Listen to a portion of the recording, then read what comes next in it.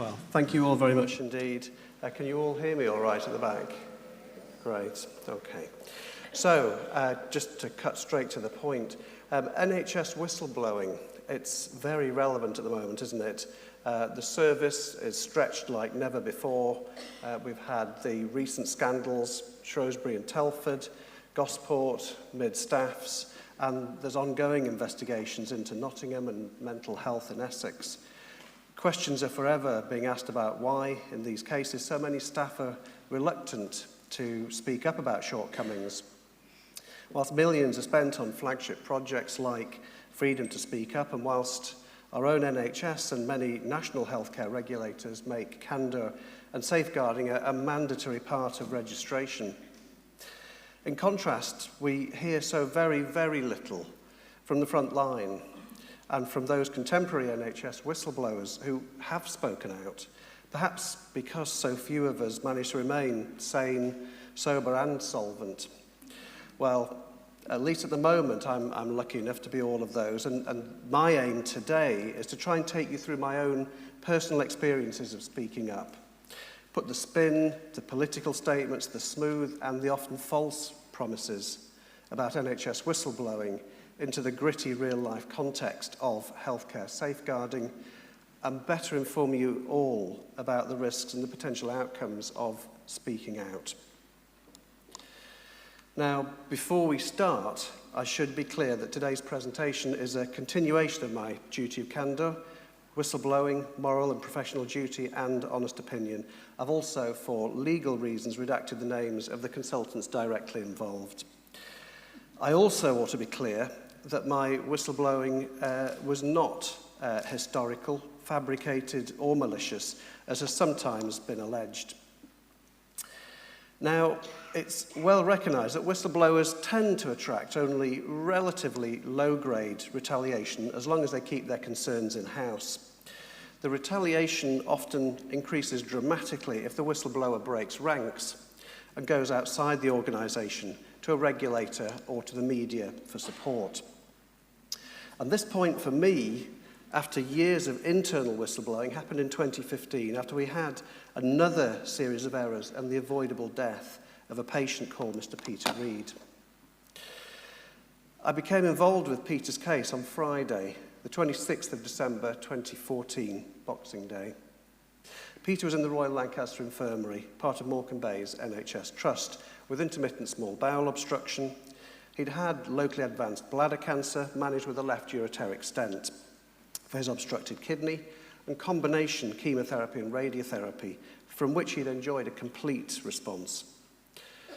So I was called by the ward on that 2014 Boxing Day afternoon to be asked if anyone was available who could chat to Peter's family.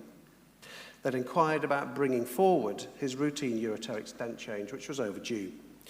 I went in that Friday, Boxing Day afternoon, talked to the family and agreed to bring the stent change forward to my following Tuesday's operating list or a colleague's Monday list.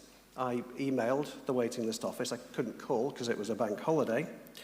And I spoke to Peter, who was very happy with the plan. So far, so straightforward. Peter was already frail with his intermittent bowel obstruction, and the family were concerned. And he took a dramatic turn for the worse in the early hours of Saturday, the morning after I'd seen him.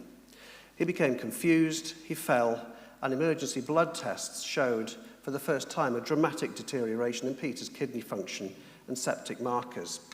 And you can't miss here the spikes in the creatinine, the CRP, and the white count. Early that Saturday morning, which clearly spelled out stent blockage and sepsis, requiring an emergency surgical change of the stent. The general surgeons called the on-call urological surgeon who'd taken over from me that Saturday morning, but Peter was never reviewed on that Saturday and there was no documentation. By Sunday, the following day, and well over 24 hours on from these Saturday results, Peter had deteriorated further, with ICU, microbiology, and the on-call urological surgeon all now formally involved. ICU didn't think Peter required admission and recommended fluids and different antibiotics, as did the consultant microbiologist. She also correctly specified emergency theatre for change of the infected and obstructed stent as soon as possible. However, the consultant urological surgeon seemed to disagree, and no attempt was made to take Peter to theatre that Sunday or that evening. No urologist reviewed Peter again later that day or that night, until the following Monday morning. It was then agreed that Peter had deteriorated further, and his sepsis now did require intensive care, ventilation, and inotropic support. The next on-call urologist that Monday committed, in writing, to organising an emergency CT scan, and at last, 2 days on from Peter's first acute deterioration, emergency theatre. However, once again, this never happened, and Peter was never reviewed again that day either. It fell to myself the following morning, Tuesday we're on to now, to discover what had happened, organise emergency imaging and rush Peter to theatre, even though I wasn't on call, over 3 days after his sudden deterioration and 2 days after emergency theatre was first advised. He had his emergency procedure just before midday, infected-looking urine was drained and the stent replaced. Peter appeared to rally before suffering a major stroke and tragically dying without recovering consciousness. Now, I learned at about this time that my previous whistleblowing had triggered retaliatory counter-allegations of prejudice and racism. In around March of 2015, I took an abusive phone call from one of the consultants involved in Peter's care, being swiftly moved some 45 miles away to remove me from the environment at Lancaster. I really should have spoken out externally at this point. But despite the recently established Freedom to Speak Up campaign and Morecambe Bay's board's promises of no prejudice, retaliation or career damage from whistleblowing, I was in real fear for my career and livelihood. I thought it might be better to wait for the inquest. Well, the inquest was in early summer, and the coroner asked, would I have taken Peter to theatre as an emergency over the weekend, had I been on call? I could only answer yes. Anything else would have been totally dishonest. The coroner then ordered discussion of Peter's case in our departmental morbidity and mortality meeting. I was formally instructed in front of the bereaved family to report the departmental consensus back to the coroner, and in particular, whether the department agreed that Peter should have gone to theatre on that Sunday. Complying with the coroner's order, I took Peter's notes along to the next meeting, only to be ordered by the two consultants who had been on call that the case was not to be discussed, despite the coroner's legal instructions and my protests. As one of the two consultants was the meeting's chair, I had to comply, and the case went undiscussed in a clear breach of the coroner's order. Having found out about this coronial disobedience, the Trust then hurriedly organised a root cause analysis, an RCA meeting. However, this also violated the coroner's court orders, as the whole urology department was excluded from the meeting, when of course the coroner had made it clear that she wanted a departmental discussion and consensus to be reached. The subsequent RCA report to the coroner was, in my honest opinion, a whitewash. I made this clear, and it was at this point, with no change in clinical behaviour or standards, that I made the decision to go outside the organisation to the CQC. I'm in no doubt at all, this was the tipping point that resulted in my NHS career being terminated. The CQC challenged the Trust in October of 2015, approaching a senior medical executive about my concerns rather than following my urgent request for a snap investigation. The CQC were repeatedly reassured that the issues were historical.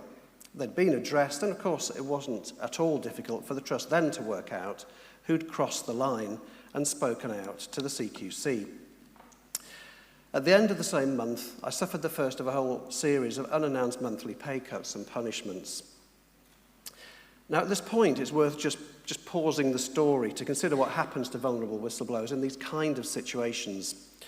The all-party parliamentary group of MPs for whistleblowing produced this cycle of abuse, whistleblower abuse, in around 2018. They knew absolutely nothing about my case, but they managed to exactly foresee the events of the next 24 months.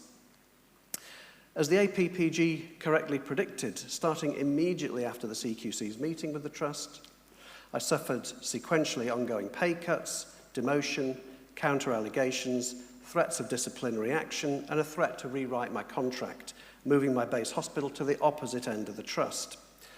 The whole cascade culminated in a refusal to pay back nearly £35,000 of illegally deducted salary, and astonishingly, a further threat to go back through my other earnings, recouping monies.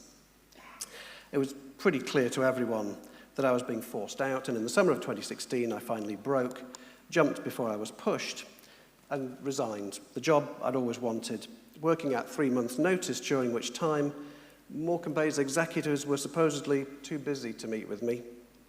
But they did find ample time to rush through the various committee meetings, adverts, and job description for my replacement, despite me just having received their Doctor of the Year award.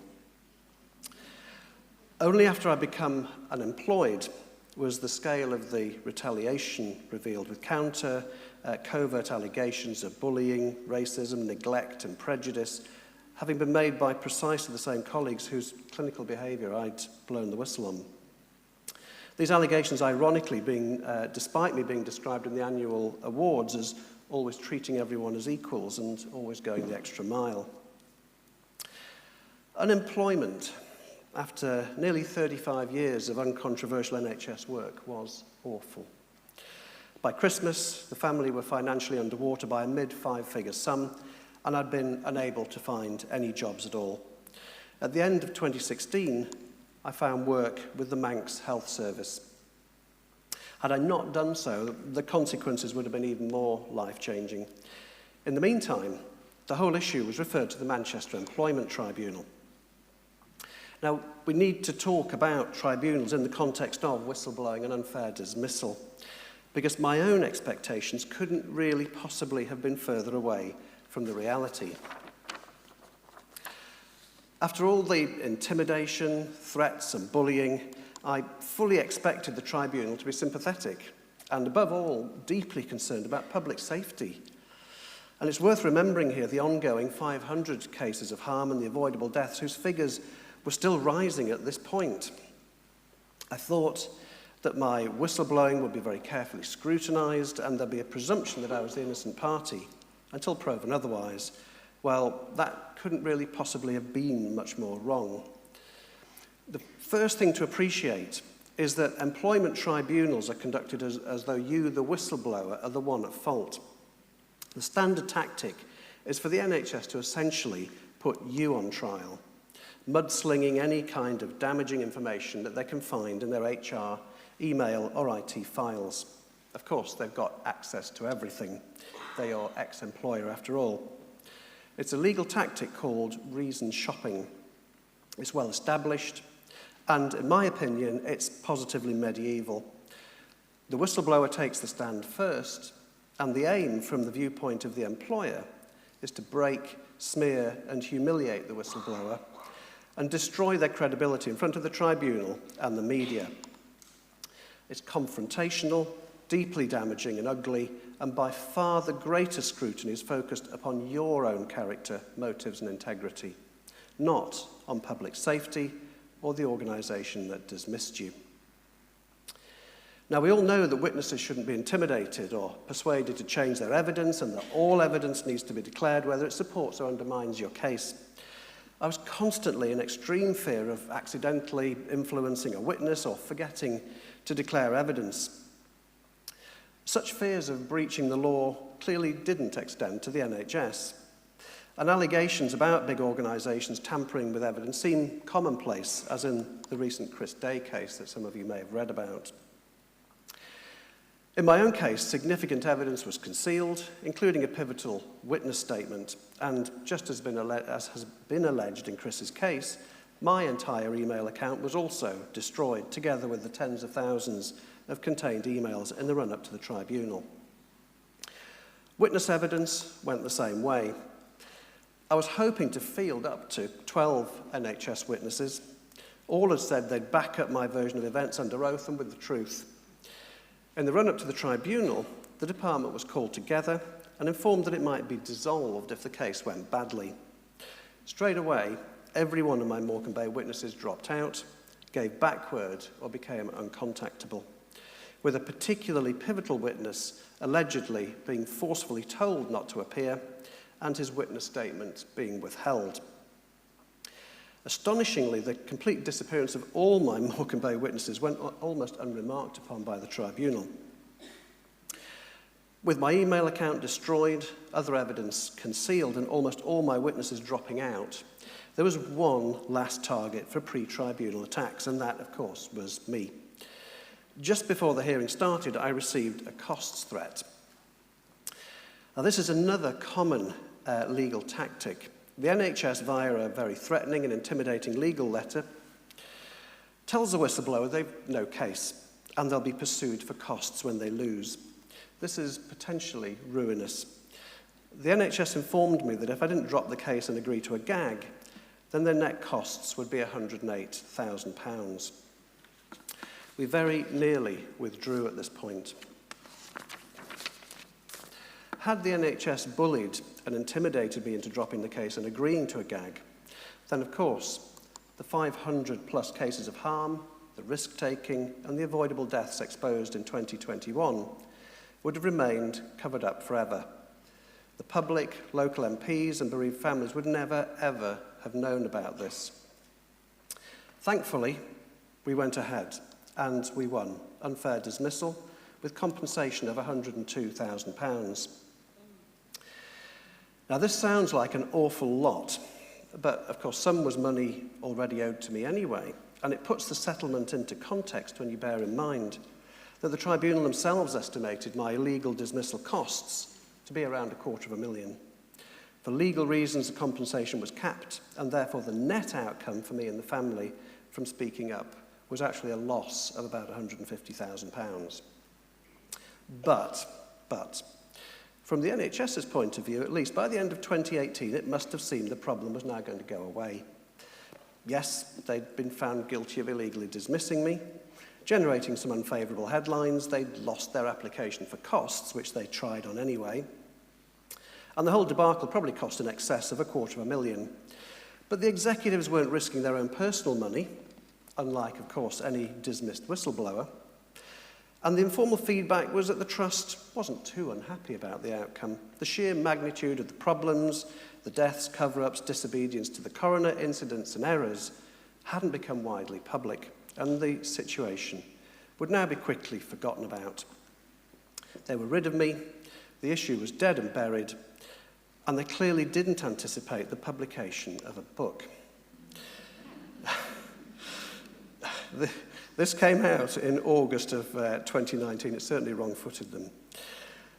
Word spread, newspaper articles ensued, and there were even questions in the House, as well as a joint letter from 4 local MPs demanding a full external and independent inquiry. Towards the end of 2019, and to my extreme disappointment, rather than a full external and independent inquiry, it appeared the issue had been handed back to the NHS, who commissioned a firm of private sector investigators to get involved.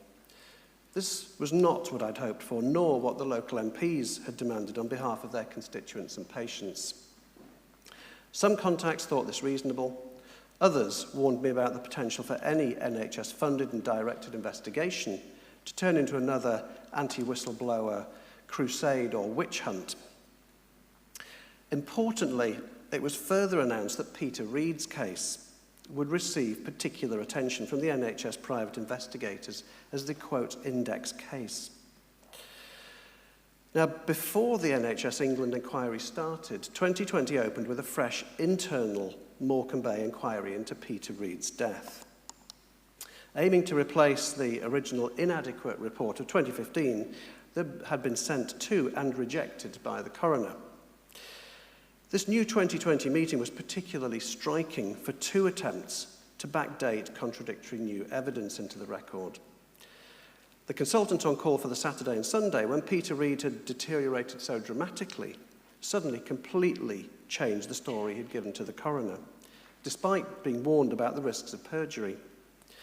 Rather than insisting that Peter hadn't needed emergency surgery, and these are his original statements to the coroner, he now insisted that his opinion was that Peter had needed emergency surgery all along, but the lack of an ICU bed meant this wasn't possible. As a consequence, and despite Peter's ongoing deterioration and the desperate need for intervention, Peter's emergency surgery simply had to wait. For an ICU patient to be well enough to be swapped for Peter, for the next on-call urologist the following day, and for one of the elective lists the following week. This entirely new position that, rather than surgery not being necessary, Peter was not fit for surgery unless that was an ICU bed was available. That's worth remembering. And it was a change in the narrative that returned with a vengeance and with near-lethal consequences later that year. In fact, there clearly was space on ICU, with an internal email listing 2 ward-ready cases that day, one in ICU and one in recovery. Either could have been easily swapped for Peter. However, this new version of events that Sunday, entirely contradicted by the medical and the nursing notes, the ICU records, relatives, recollection, and coroner's statements, was nevertheless dutifully incorporated into the new Morecambe report, and none of the senior executives present commented on this complete U-turn over the original coroner's statement. Similarly, Monday's consultant also attempted a complete U-turn, having accepted and confirmed to the coroner that he had been on call that Monday. This individual suddenly claimed that as Monday the 29th was a bank holiday, he wasn't on call at all and had simply been briefly covering for somebody else. It was therefore this latter consultant's responsibility to manage Peter's care that day, deliver the emergency CT scan and surgery, and hand over that evening. This claim, at least, was quickly dismissed. Monday certainly wasn't a bank holiday, and the consultant in question certainly had been on call throughout, despite his denials. However, this second attempted U-turn over the original coroner's statements, an attempt to claim that responsibility had somehow passed to another consultant that day, again went past without any executive comment or censure, and again came back to haunt me later that year. Now, shortly after this 2020 internal meeting, I received an anonymous letter. Clearly legitimate, this letter accurately named names and warned me of tampering with evidence. There was an executive vendetta, and at least one vengeance-driven executive wouldn't rest until I was in prison. The note was passed to NHS England, but I was blandly told I'd nothing to worry about, something that couldn't possibly have been more wrong. The first hint of a new major problem for me came at the end of summer 2020 with a request for an urgent Teams meeting with the NHS England private investigators. I'd no reason to think I might need legal advice, and I went into the interview on my own, with my guard down and no inkling of what was about to happen. During the interview, I was abruptly told that 2 entirely new, never-seen-before emails had suddenly, unexpectedly appeared. I was told that I'd emailed the waiting list office on that Boxing Day, the 26th, 2014, just before the fateful weekend, claiming that Peter was deteriorating, was not fit for surgery over the weekend, and should therefore be booked onto the following Tuesday's elective operating list for his urgent stent change. Well, I couldn't explain that at all, but the real shock came next. A second new email was produced, purporting this time to have come from me on Monday the 29th. This portrayed me as taking a call from intensive care that afternoon and agreeing, despite not being on call and in a different hospital, to take over responsibility for Peter, agreeing to review him with a view to emergency theatre once I got back to Lancaster, something which I clearly hadn't done and had no memory of at all. There was no record of any phone call anywhere, but I was repeatedly assured that both emails appeared authentic, and there was no question over their legitimacy. Well, I was utterly devastated. The emails had been sent, seemingly, from me to 3 colleagues, including the 2 who'd been on call. The first email contained a major error, expressing the need for urgent surgery and then deferring it over a weekend while the patient was deteriorating. The second email implied that I'd taken over responsibility for Peter on that Monday, agreed to review him later, and then had clearly forgotten, even though I wasn't on call, wasn't in the hospital, and had no recollection of any phone call or handover. Well, I hope you can try and understand my utter disbelief over this. My immediate instinct was that these were fakes, and I instantly questioned them. But then and in the following weeks, I was repeatedly and forcefully assured that they were trustworthy, that I'd clearly misremembered the facts, and that there was nothing in the records that might undermine their credibility, even though the new story portrayed in the emails was completely contradicted by the medical notes, the nursing notes, lab results, the coroner's statements, and the recollections of myself and the bereaved family. Within days, things got even worse, as both emails popped up in the hands of the General Medical Council, who clearly intended to investigate me over them. It wasn't clear how they'd acquired them, but I was assured by the NHS investigators that the emails hadn't been supplied to or passed through the hands of any third parties, and it was the investigation itself that had found these emails almost by accident. There was again, I was assured, no significant doubt about their authenticity. Well, I'd like to think a pretty robust individual, but for several months I was a very major suicide risk. And the last months of 2020 just disappeared into a black hole of anxiety, stress, and despair, which I actually remember really very little about. We were still under COVID lockdown. I was unable to see my family. Somehow, I got through it, despite all sorts of nightmares and suicidal ideation, some of which I've covered in my second book. Now, to make things even worse still, while I was struggling with all of this and doubting my own sanity and memory, both the Manx medical director and medical responsible officer were rather unhelpfully informed by NHS England that I was a suicide risk. Luckily, I persuaded them to allow me to keep working. However, for weeks afterwards, every knock on the door, I was bracing myself for a psychiatrist and assistants there to detain me under the Mental Health Act. Can you imagine being sectioned and taken to a secure unit against your will, far from home and family, and having everything potentially harmful? Shoelaces, belts, ties, mobile phone taken away. It could all have ended so easily with my death or long-term institutionalization. Well, by Christmas, I'd started to pull things together and think a bit more clearly, but I just couldn't see any way out of this, and there seemed no option but to wait for the axe to fall and the GMC to proceed to a possible striking off, all based on these new emails. I was even braced for an investigation by the Crown Prosecution Service. The most compelling evidence by far of the trustworthiness of these emails was the repeated assurances that there'd never been any searches that would have discovered them.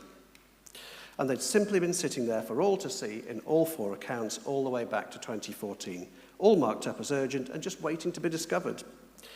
Despite the tip-off about tampering with evidence, I was told there was nothing in their history or provenance that might raise concerns or suspicions of backdating into the IT records.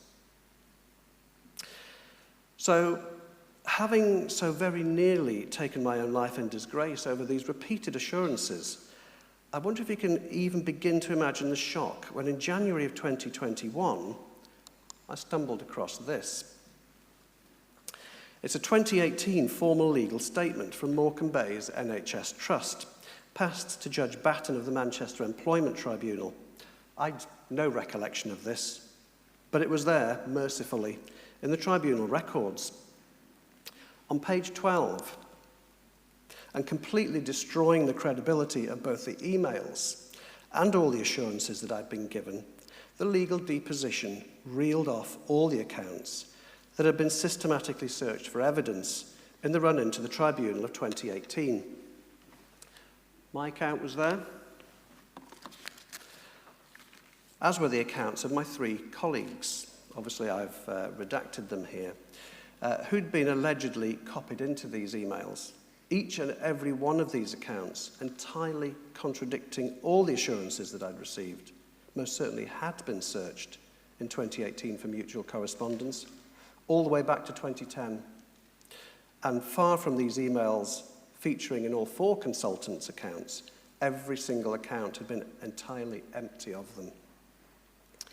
Even more tellingly, the Trust's legal team had formally confirmed to Judge Batten that it was impossible that any further evidence could still be present in any of these accounts and had been missed, telling the judge in writing that this was untenable. But reading on, even more compelling proof of backdating and falsification was to follow. There was perhaps one thing that could potentially be even more powerful than a formal legal statement confirming that the searches had, after all, been done and that these emails had been absent from all the relevant accounts. That one even more powerful proof could only be a judge's court order legally compelling the NHS in 2018 to go back and carry out another detailed IT investigation, but this time searching specifically in these accounts for anything relating to Mr. Peter Reid, whose details were, of course, contained in both emails. Now, there's not much about my story that involves any element of luck whatsoever here, but at least in this case, I got extraordinarily lucky. Because Judge Batten in 2018, in the same correspondence, did indeed order that Morecambe Bay carry out exactly such a mandatory search. And the Trust clearly obeyed, carrying out the relevant IT investigations and producing another file marked Peter Reid pack of mostly duplicates or irrelevant documents. Once again, there were no 2014 emails whatsoever mentioning or relating to Peter Reid in any of the accounts, either on the 26th or the 29th. And not only had the emails constantly and unfailingly not been there in the 2018 Employment Tribunal IT searches, but the bereaved family revealed they'd not been there either in a Freedom of Information search carried out for them at the end of 2018 either. Additionally, one of my ex-colleagues, looking for evidence just like this and supposedly copied into both emails, had very rigorously searched his account several times too in late 2019 and had again completely failed to find any trace of these emails. So the very first appearance of these emails in Morecambe Bay's IT accounts was sometime after the end of 2019, just about the time of the attempts to backdate new versions of evidence into Morecambe Bay's RCA report, and of course when I got the letter about tampering with evidence and an executive obsession with seeing me in prison. But we haven't finished yet. As if that were not incriminating enough, yet more damning evidence came from the GMC. You'll recall that I'd been repeatedly assured there was nothing to suggest the emails had passed through the hands of any third party, been passed on to anyone outside the immediate NHS investigation team, or anyone who might wish to backdate new evidence into the record. Well, this is the GMC's copy of the fake email of the 29th. If you right-click on the PDF, you can interrogate the electronic data. You can, yes, you're ahead of me, aren't you? And then you can look at document properties, including the author. Now, I can't tell you the name of the author, I'm afraid, but let's just say the creator was neither a legitimate NHS administrator or investigator. Also, the document appears to have been changed several times before being forwarded, as the PDF or Word document was version 004, implying an original draft and then reworkings 001, 2, 3, 4, and possibly others.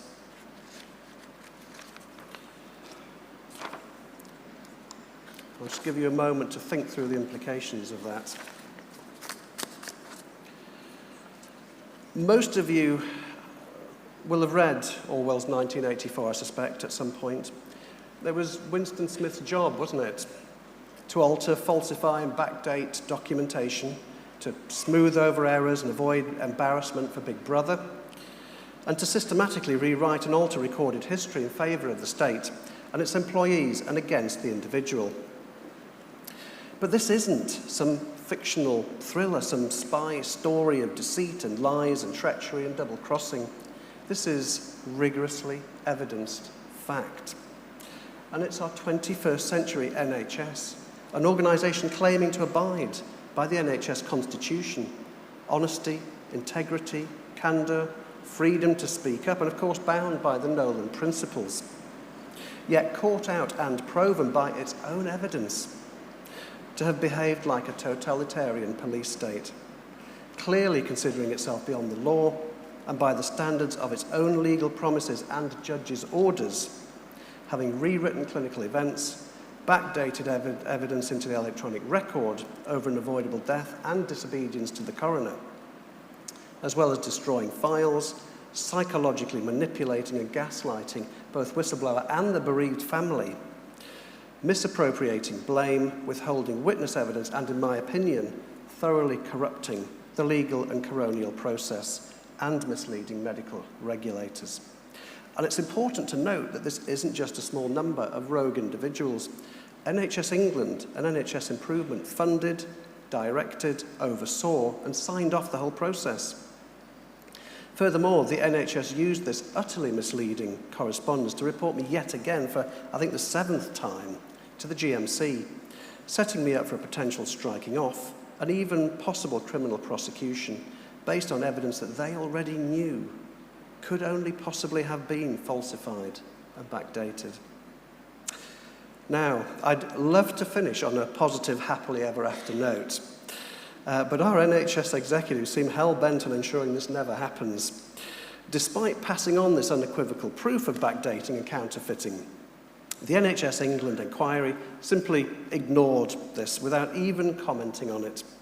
Their report was published in late 2021, astonishingly claiming these 2014 emails as authentic, making no mention of the anonymous letter, no mention of the previous attempts to backdate new versions of events into the record, no mention of the fact that the NHS had repeatedly certified under tribunal conditions that these emails didn't exist in 2018, or the fact that the bereaved families' recollection, their freedom of information searches, coroner statements, medical and nursing notes, and the blood results all contradicted this new information.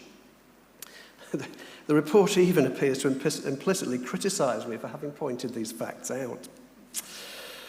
Furthermore, the GMC is still, as far as I'm aware, proceeding against me, inexplicably on the basis of evidence that was clearly proven to be fake some 18 months ago. So, this has, in my opinion, turned out to be the most truly grotesque sequence of events. Nothing less than a surreal, taxpayer-funded whistleblower witch hunt, and a truly monstrous litany of prejudice, betrayal, and treachery. Lives lost, avoidable harm, families torn apart, a national monopoly employer pledging whistleblower support, yet behaving more like a vengeance-fueled totalitarian state. Careers destroyed, psychological gaslighting, regulatory blindness, vast legal deficiencies, hypocrisy and double-dealing, and a plot with twists that would render George Orwell himself cool with envy. So in lieu of a happy ending, what lessons, based on my experiences, can we take away from this? Firstly, the freedom to speak up and National Guardian scheme, I'm afraid, let me and my family down very badly in 2016 and 2017. Worse, it gave me a sense of false security, convincing me that I and my family would receive heavyweight support from a robust National Guardian where, in fact, none existed.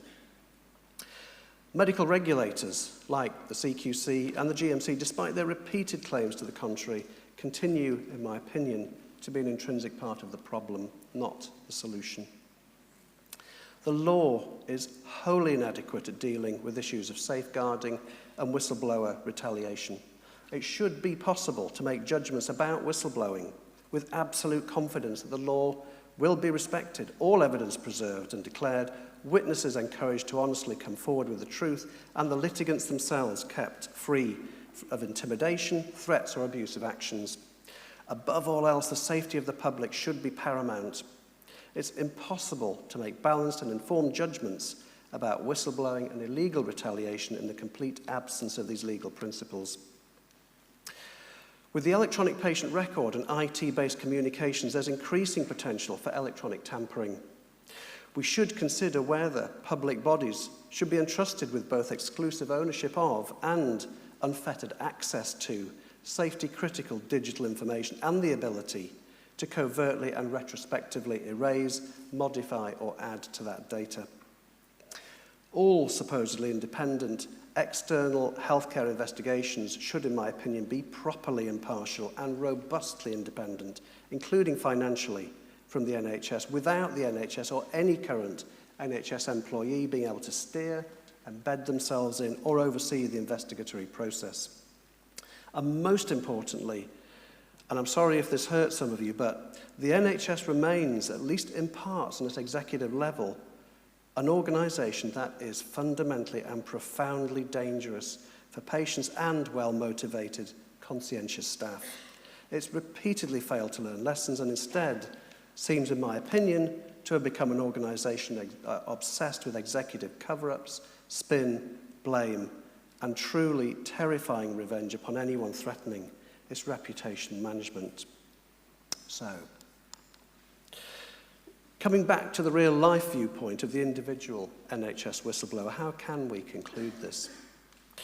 Well, the take-home message from me, for those of you who are NHS employees and who believe and put into action the values rightly celebrated in the NHS Constitution, the Nolan Principles, safeguarding, equality, honesty, and above all else, excellent, compassionate care, and who are perhaps troubled by what you see.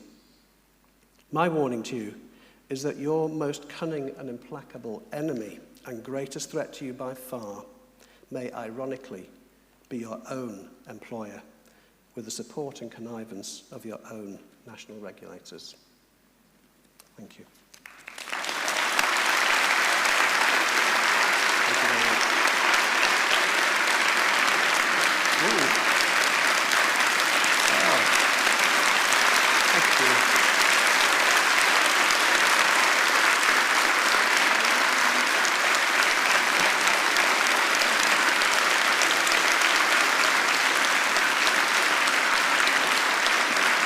Wow. Thank you all so much. Thank you.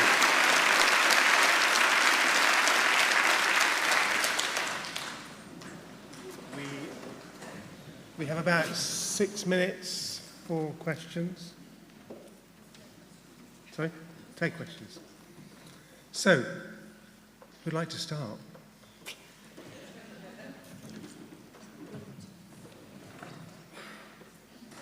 Thank you, Maxine. Could you say who you are, where you're from, please? I don't know if it is working. Sorry. So my name is Maxine Page. I'm an AfPP trustee and I'm a theatre matron at Princess Alexandra Hospital in Harlow. I haven't got a question for you. I've just got to make a comment. You are the sort of professionals that we need in our organisation to protect our patients and to protect our staff when they're working, and I've just found your story absolutely tragic, but so inspirational. So thank you for sticking with it. Thank you very much.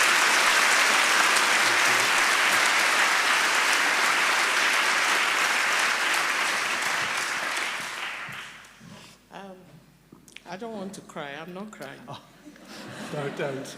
You'll set me off. Yeah.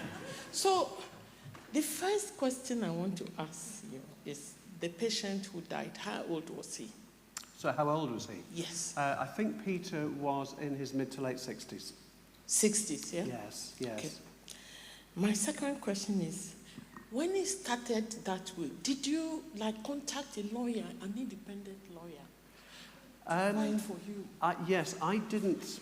I didn't contact a lawyer. I'm trying to think when I suppose the first attempt I made to get some sort of legal advice was I went to the British Medical Association, which I guess is probably not unlike yourselves, is it, for legal advice. That was in summer of 2016, and they luckily did agree to take my case on. So only at that point, and it was at the point where life was being made impossible for me, that I consulted a lawyer. I never did it before that. I mean, maybe I should have done. It is so difficult, though, isn't it? Because you kind of know what's waiting for you if you start making waves. But I think I said in the presentation, I probably should have actually gone outside the organisation sooner, if anything. But it's a very difficult decision, isn't it? Okay. The next question. Yes. Just a minute, please.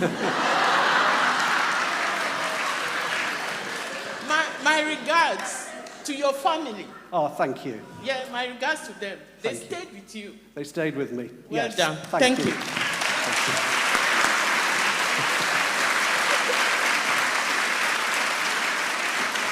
Okay, one here. Hello. Is it working? Yeah. Hello. Well, I just want to ask this question. I'm Cyrus. I work in Southwest, and I'm the Southwest region lead. I just have a question. After listening to your presentation, it made me realize, because I'm the type of person who keeps documents, because what's not documented is not done. But seeing that even the emails were falsified, how or what would you advise me and other overseas trained staff who are in a particular working visa? Because for you, I would believe that it's quite difficult, but you are working here already. What advice would you give those who has that particular visa who are sponsored by their trust? I'm thinking it would be more difficult for us to be in that, be in your shoes, because we're not from here, although we know that there's a lot of support that they are telling us, like unions and everything, but I would imagine it would be very much difficult for us because we are sponsored, our work here is sponsored by the trust. Yes. I think just do what you're doing, which is keep meticulous records and back them up. Because if something does go wrong, one of the first things you'll find is that your account will be closed down. So don't just keep them on your work PC. So you need to back them up. But yeah, absolutely meticulous records. That's the bottom line. Kate, do we have any online questions? Kate in the corner. It's just people sharing their thanks to Mr. Duffy for his integrity and his care for patients. Thank you. Tell them thank you. Any other questions? Yeah. Hello. Is that clear? I'm Jill Miller, South East Regional Lead. I just felt at the end of your speech that there had still been some unsatisfactory from your side answered, and I wondered whether perhaps the Department of Health would now review the whole situation to give you proper compensation for the dreadful time that you've had with all of this. Well, it would be nice to think that, wouldn't it? Thank you very much for that. I think, quite honestly, what has happened is so potentially toxic that really very few people want to have anything to do with it. The media know about it, but I think they're rather frightened to publish because of the implications. The local MPs know about it, but I think they would prefer somebody else to actually put the story into the public domain. So actually, all credit to yourselves for allowing me up on stage to give the story.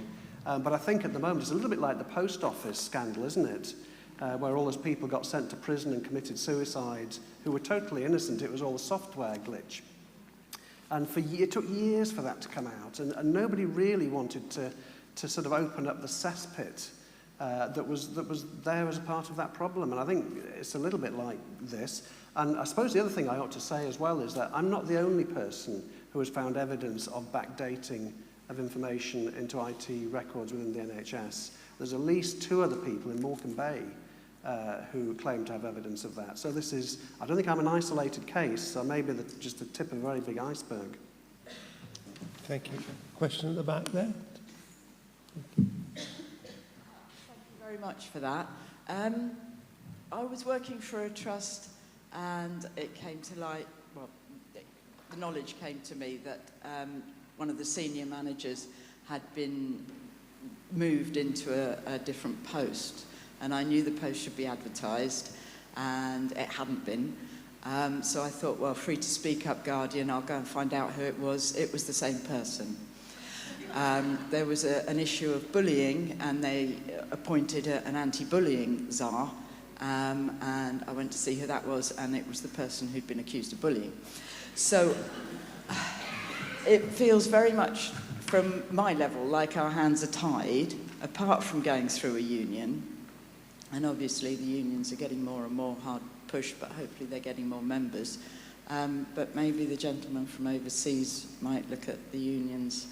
I don't know how we can stop the internal sort of promotion of people who are bullies and yeah. I don't have any easy answers, I'm afraid. I really see my role as being here to warn you all about what can happen if you go down this route. I'm not telling you not to do it. I'm just saying you need to be prepared, better prepared than I was, for what might face you.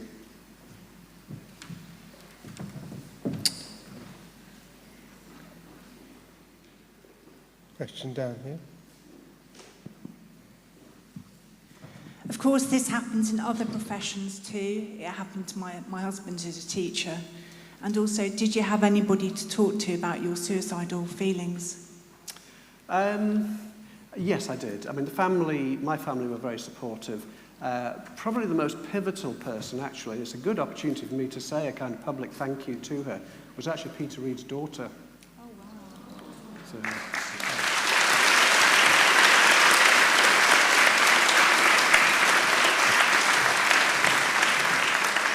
I volunteer for, have you heard of Maytree? I volunteer for them, and they help people who are specifically feeling suicidal. yeah, I mean, I'm well over that now, thank Yeah. you. I mean, I wasn't. yes, the pivotal point for me was finding out that they'd been backdated. And once I found that evidence, you know, I'm fine, I'm comfortable now. But yeah, it was a pretty dreadful time. We've got an online question there. If we can race over into the corner there, or one of you. So Catherine has asked what preparation you would take if you ever found yourself heading into a situation like this again. Well, that's partly why I'm here today, to help you all to prepare meticulous records, as we've just said, backing everything up, keeping both paper stuff and electronic stuff at home. You know, I'd take it home on memory sticks or forward it on to yourself. I think I have to confess that when it became clear that I was being forced out, I started recording meetings. Now, that's rather... I felt very uncomfortable doing it, let's put it that way. But I think when you feel that your organisation is starting to treat you in an illegal fashion, I don't honestly think that's terribly unreasonable. And it was very interesting that the Tribunal admitted that evidence. So transcripts of some of the conversations I'd had, for example, the disciplinary action over whistleblowing meetings that I had, I was able to put a transcript of those forward to the Tribunal. They accepted them without any problem. So I'm not suggesting you should all go around with little microphones, you know, recording everything that goes on, but I do think that if you're getting into that situation where you're clearly being eased out of your job, then it's time to start thinking about doing that sort of thing, and just meticulous records of everything. Thank you. Question here. I am so sorry about the traumatic experience that you've gone through. I'm just thinking from a consultant's point of view. I dread to think what it would be like from a nurse's going through that journey. But I wouldn't want... What I'm trying to say is don't be put off, everybody, from still whistleblowing at the end of the day. Sorry, I'm a bit nervous, but I still think we still have to... There's still ways around, like you say, having documentation. I've been very strict with myself. If an incident has come up, I have gone home and I've written a journal myself in a diary to try and keep a record of what had happened that day without putting names or anything. So if anything ever did come up in a couple of years' time. The other thing I would say is I know somebody who has set up their own email account, like a totally different name, and then has gone forward to CQC under an anonymous account. So there are ways of addressing situations without putting your name down. But thank you, but don't be put off for still doing it. Thank you. Thank you. At the back.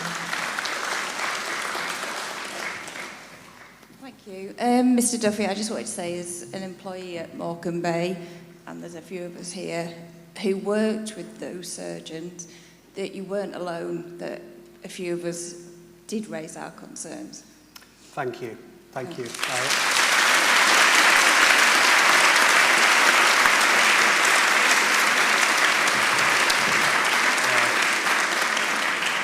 that was very brave of you, so I'm really grateful. Thank you. Question here. Hi. I'd just like to ask you, please, how are the Peter's family doing now?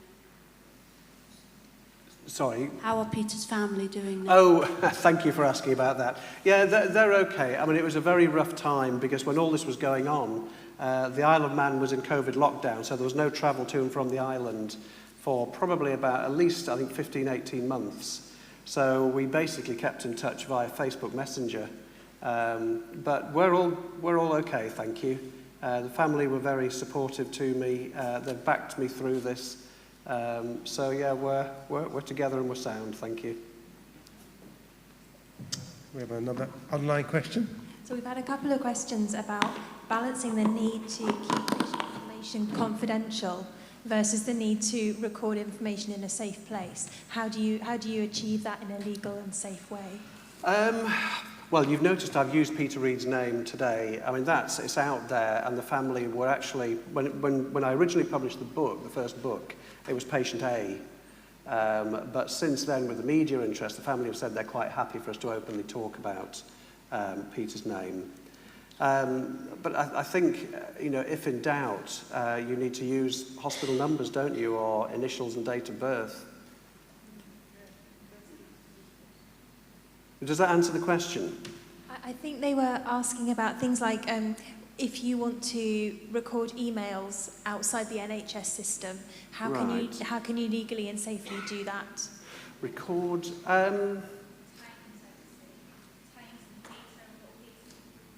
Yeah, I mean that's difficult, isn't it? Yeah, I mean obviously your own personal emails within the NHS system you can forward onto your own home address and keep those as a record. But I think other data that's not available to you as part of your own emails, it's very difficult, isn't it? Because you don't have access to that at all.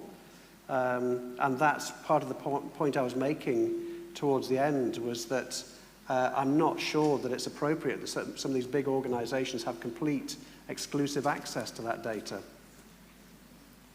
Does that answer the question? Okay, thank you. Wonder. Thomas? Thomas Muldoon from the Royal Manchester Children's. It strikes me from my own background knowledge, which is limited, that a judge is the last bastion of truth as far as we're concerned in society. And clearly those people were in breach of all kinds of rules about giving evidence, and the judge knew about that and yet didn't take action. Yes. Does that mean that judges perhaps don't have enough knowledge to be able to cope with the information they're going to be given, or does it have other implications? That's for why? Really, really good question. I think can I take a minute or two to answer this? Yeah. Judges tend to be very sort of weary individuals in my relatively limited experience. And I do remember a preliminary hearing where Morecambe wanted a piece of really pivotal evidence struck out, which showed that they were planning to mislead the tribunal. And I remember thinking, I'd be incandescent with rage over that if I was a judge. And he was completely blasé about it. I think there's a knowledge within the judiciary that this kind of thing goes on, and they kind of tolerate it. And I think that the problem I have with a lot of the talk about revising the Public Interest Disclosure Act, which is a bit of legislation for helping whistleblowers, or getting rid of it altogether and bringing in other laws, is it's still got to be interpreted through a legal forum. And if it's okay in that legal forum to hold back evidence, to get witnesses to drop out, to threaten the main witness and so on, you're not going to get to the truth no matter how good the background laws are written. Does that make sense? Yeah. So we don't really in this country, I think, enforce things like the oath that we all take when we go to give evidence and punish people when they break it. We just seem to just tolerate it and let people get away with it. And the Chris Day case is a classic. 90,000 emails just deleted on the day that somebody was supposed to give evidence. I mean, we'll see where that goes, but it's far from the first time something like that's happened. Good point, though. Thank you. Over there, thank you. Thank you for that speech. It was very thought-provoking, and I really did have something in my eye. I just want to ask you, what's the way forward for you now, and what are you going to do with the rest of your career? Retire. That's a really difficult one because everything is still up in the air. I'm still being investigated, as far as I'm aware, by the GMC. The official report is out saying that these emails are genuine, even though they weren't there in 2018. So I think at the moment, I'm simply trying to get my side of the story out as to what's happened. So thank you all for being here to listen to it. And I'm kind of waiting to see where we go from here. There are, like we said, there are a number of journalists who are interested. There are local MPs who are interested. I think everybody's waiting for somebody else to make the first move. So, I mean, we'll see what the next few months bring. I think there was a question at the back, one here, one at the back. Can you hear me? Oh. Yeah. Firstly, thank you so much. It's very inspiring and reassuring that there's people like you that have got that brave. Yeah, it's great. I've had a bullying experience myself in the workplace, and it was taken through to HR, and everybody was, you know, we're going to do this mediation, we're going to sort this out. The person who was the instigator of the bullying admitted openly that, yes, they had a problem with me, they didn't like me, they didn't like my husband who was working in the same place, and that's why she was bullying me. And although the workplace had a zero tolerance of bullying, their solution was to move me into a different area, and so they just carried on, moving on to victim. Sorry.